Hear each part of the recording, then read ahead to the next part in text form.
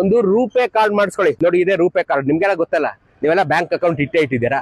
ಈ RuPay card apply ಮಾಡಿ ನಿಮ್ ಬ್ಯಾಂಕ್ ಅಲ್ಲಿ ಒಂದು ರೂಪೇ ಕಾರ್ಡ್ ತಗೊಳ್ಳಿ. ನಿಮ್ಮ ಹತ್ರ already master card, visa card ಇದ್ರೂ ರೂಪೇ ಕಾರ್ಡ್ ಅಪ್ಲೈ ಮಾಡಿ ತಗೊಳ್ಳಿ. ಯಾಕೆ ಗೊತ್ತಾ, ಆಕ್ಸಿಡೆಂಟ್ ಅಲ್ಲಿ ಸಾವಾದ್ರೆ, ಪರ್ಮನೆಂಟ್ ಡಿಸೇಬಿಲಿಟಿ ಆದ್ರೆ ನಿಮ್ಗೆ 2 ಲಕ್ಷ ಸಿಗುತ್ತೆ. ಎಸ್, ಸೆಂಟ್ರಲ್ ಗೌರ್ಮೆಂಟ್ ಇದನ್ನ, ಈ ಸೌಲಭ್ಯವನ್ನ ಎಲ್ಲ ನಾಗರಿಕರಿಗೂ ತಲುಪಿಸಿದೆ.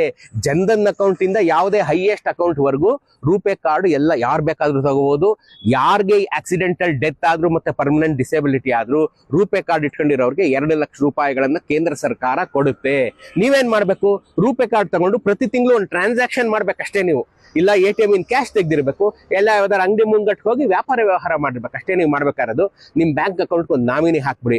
ಈ ರೂಪೇ ಕಾರ್ಡ್ ಇಟ್ಕೊಂಡಿರಿ. ಅಕಸ್ಮಾತ್ ಆಕ್ಸಿಡೆಂಟ್ ಅಲ್ಲಿ ಪರ್ಮನೆಂಟ್ ಡಿಸೇಬಿಲಿಟಿ ಆಯ್ತು, ಡೆತ್ ಆಯ್ತು, ನಿಮ್ ಕಡೆಯವ್ರು ಯಾರೋ ನಿಯರೆಸ್ಟ್ ಬ್ಯಾಂಕಿಗೆ ಹೋಗಿ 90 ಡೇಸ್ ಒಳಗೆ, 3 ತಿಂಗಳೊಳಗೆ ಹೋಗ್ಬೋದು. 3 ತಿಂಗಳು ಟೈಮ್ ಕೊಟ್ಟಿದ್ದಾರೆ. ಆಕ್ಸಿಡೆಂಟ್ ಆಗೋಯ್ತು, ಹೋಗಕ್ಕಾಗ್ಲಿಲ್ಲ ಅನ್ನೋದಕ್ಕೆ ಸರ್ಕಾರ 3 ತಿಂಗಳು ಟೈಮ್ ಕೊಟ್ಟಿದೆ. 3 ತಿಂಗಳೊಳಗೆ ಹೋಗಿ ರೂಪೇ ಕಾರ್ಡ್ ಸಬ್ಮಿಟ್ ಮಾಡಿ, ಮೆಡಿಕಲ್ ರಿಪೋರ್ಟ್ ಸಬ್ಮಿಟ್ ಮಾಡಿ, ಇನ್ನು KYC ಡಾಕ್ಯುಮೆಂಟ್ ಸಬ್ಮಿಟ್ ಮಾಡಿ, ನಾಮಿನಿ ಯಾರು ಅಂತ ಸಬ್ಮಿಟ್ ಮಾಡಿದ್ರೆ 60 ಡೇಸ್ ಒಳಗಡೆ ನಿಮ್ ಕೇಸ್ ಸೆಟಲ್ ಮಾಡಿ ಅಕೌಂಟ್ಗೆ 2 ಲಕ್ಷ ಬಂದು ಬಿದ್ದೋಗುತ್ತೆ.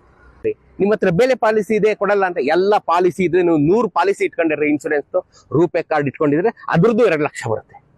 ಇನ್ಯಾಕ್ ತಡ, ನಿಯರೆಸ್ಟ್ ಬ್ಯಾಂಕ್ ಹೋಗಿ ರೂಪೇ ಕಾರ್ಡ್ ತಂದಿಟ್ಕೊಳ್ಳಿ. ಗೊತ್ತಾಯ್ತಾ? ಪ್ರತಿಯೊಬ್ರು ಮಾಡ್ಕೊಳ್ಳಿ. ಕೇಂದ್ರ ಸರ್ಕಾರಕ್ಕೆ ಒಂದು ಥ್ಯಾಂಕ್ಸ್ ಹೇಳ್ಬಿಡಿ. ಹಂಗೆ